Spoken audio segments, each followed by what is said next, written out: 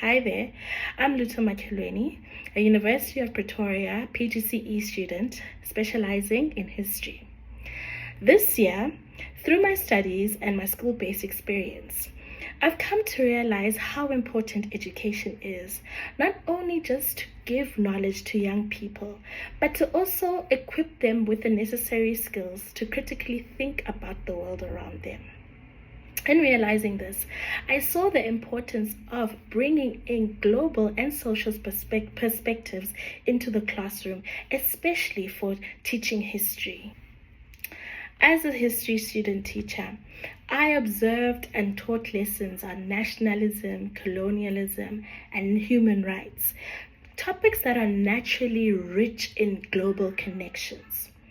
I learned that learners often see these events as isolated topics in history rather than connected topics that tell a wider story about the human experience and common struggles around the world.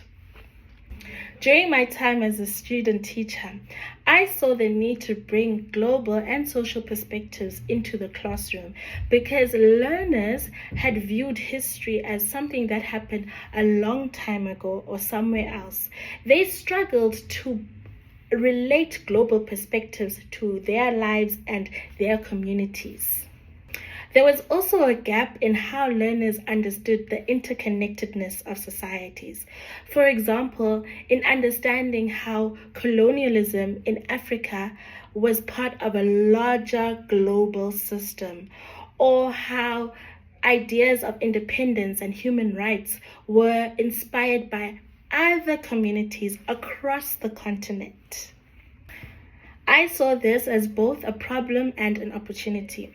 A problem because it revealed to me how limited the learner's critical understanding of history was, but also an opportunity for me as a history student teacher to make the subject more engaging, empowering, and also relevant to them. So instead of looking at South African case studies about history, I implored my learners to look at global perspectives.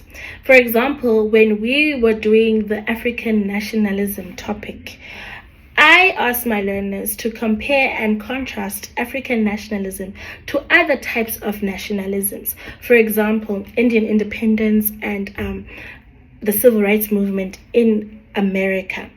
I specifically chose these two events in history because they gave us a different perspective in independence and fighting for human rights, but there were also similarities in them in how African nationalism applied in South Africa. I also used discussion-based learning in the classroom. I encouraged my learners to say their views and draw connections between the past and the present on topics such as inequality, freedom, and identity. In doing so, I was able to make history alive and interconnected as well as relevant to them and their own experiences. In terms of assessments, I started to look beyond the traditional routes of testing and giving my learners essays and started to do project-based tasks where they would go and research global perspectives and link them to South Africa. For example, there was a time where the learners researched how the anti-apartheid struggle mirrored or aligned with other global movements against oppression. In doing this, I was able to get my learners' understanding and critical engagement of global perspectives and to see that they were able to link these things to the South African history context. I then noticed that my learners changed and became more engaged with history. They started asking me more questions about why did this movement start? What happened to this person? Why did this happen this way? How differently could have things done? And that was really my goal, for them to understand history, that it's not just, oh, this happened and we have now since moved on. This happened, but how has that changed the trajectory of the world, more so our country as South Africans? But looking back to it, I've learned that history teaching is very important.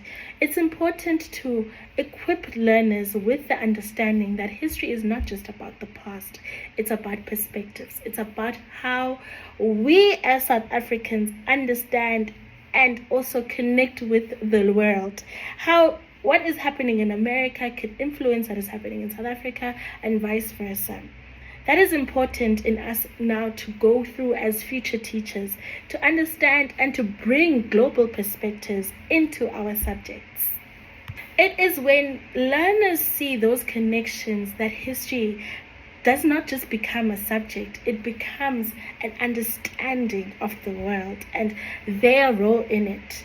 So I look forward to teaching, and I am excited to bringing more connections about the global perspectives into my classroom.